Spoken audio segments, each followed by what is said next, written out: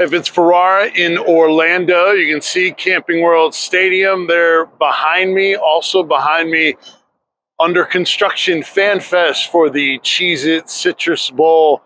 Happy holidays. Hope you guys had a great one. Today we got a chance to hear from both Tennessee and Iowa at Media Day. We heard from Tennessee offensive coordinator Joey Halzle, who obviously was talking a lot about Nico Iamaleava taking over at quarterback, and how he is really taking a very similar approach. They're not changing things necessarily in the offense for him. They did go over some things that maybe were of his liking a little bit earlier in camp, but it's been business as usual. Cooper Mays said that he has been running as QB1 throughout bowl practices, and it was interesting. Iowa's defensive coordinator, Phil Parker, who was National Assistant of the Year, he said that Nico Iamaleava presents challenges because he's a different quarterback. You've seen some new first-time quarterbacks really succeed in bowl games, but then also he kept mentioning his mobility. He's different. He's said he's a better runner, and they're impressed by him. They don't just look at his snaps. He said we had 54 plays to evaluate him.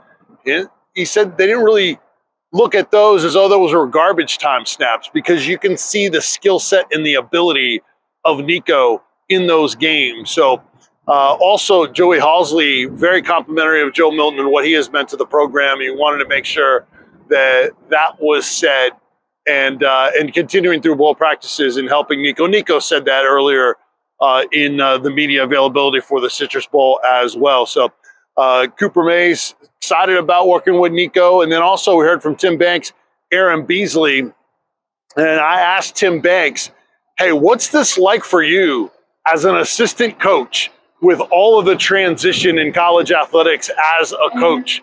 And the word he used to describe it as he sat back in his chair was chaos.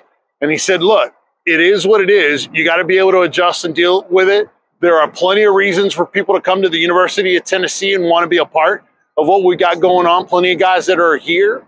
And so you have to be able to adapt. And Tennessee has done a pretty nice job of that, with more work to do, obviously. And Aaron Beasley will play his final game as well in a Tennessee uniform. He was reflective on that a little bit. So there'll be more media availabilities. And, of course, the two coaches together in their uncomfortable press conference will come before the game as well. And then, of course, 1 p.m. kickoff on the Ball Network, on the Sports Animal as well. Tennessee and Iowa on New Year's Day as your lead-up, your appetizer for those college football playoff games. And don't forget, game day all day will be heard right here on 99.1 The Sports Animal New Year's Day morning. You guys have a happy New Year, and we'll talk to you on game day. We'll have a pregame video and also a wrap-up video for you as well here from Camping World Stadium in Orlando. Tennessee and Iowa in the Florida Citrus Bowl